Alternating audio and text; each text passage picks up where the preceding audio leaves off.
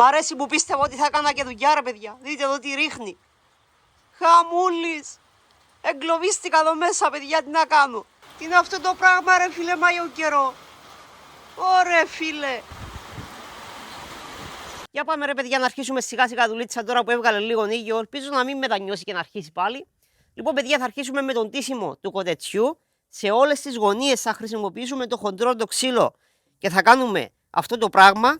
Κάπως έτσι θα γίνει, παιδιά. Το ίδιο πράγμα, παιδιά, θα γίνει και γύρω-γύρω από την πόρτα. Αφού κάνουμε και το σκελετό εδώ πέρα και φτιάξουμε και την πόρτα, θα μπει και κοτετσόσυρμα στο πάνω σημείο.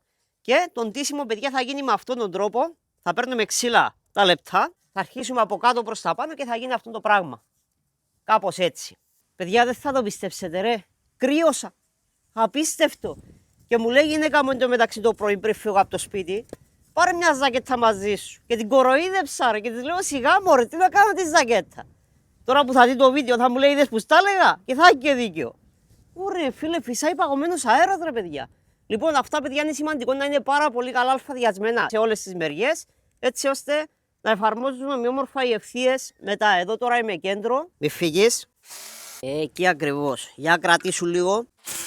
Πάλι ξεκίνησε να ψυχαλίζει, ρε φίλε. Δεν θα κάνω δουλειά σήμερα. Και φυσάει και πολύ. Λέω να αρχίσει να αντίνω την πρόσωψη, παιδιά, γιατί είμαι πάρα πολύ περίεργος να δω πώς θα φαίνεται. Αρχίζουμε με το κάτω-κάτω κομμάτι. Ωραία, κάπου εκεί. Θα το αλφαδιάσουμε, εννοείται. Και αφού το αλφαδιάσουμε, θα το βιδώσουμε.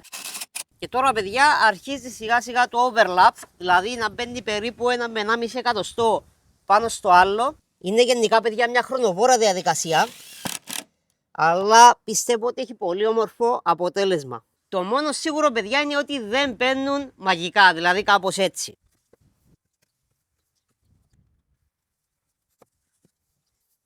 Τι καλά που θα ήταν, Θα ήταν πράγματι πολύ ωραίο, παιδιά. Αλλά που δεν είναι έτσι. Για πείτε, ρε παιδιά, πώς σας φαίνεται μέχρι στιγμής?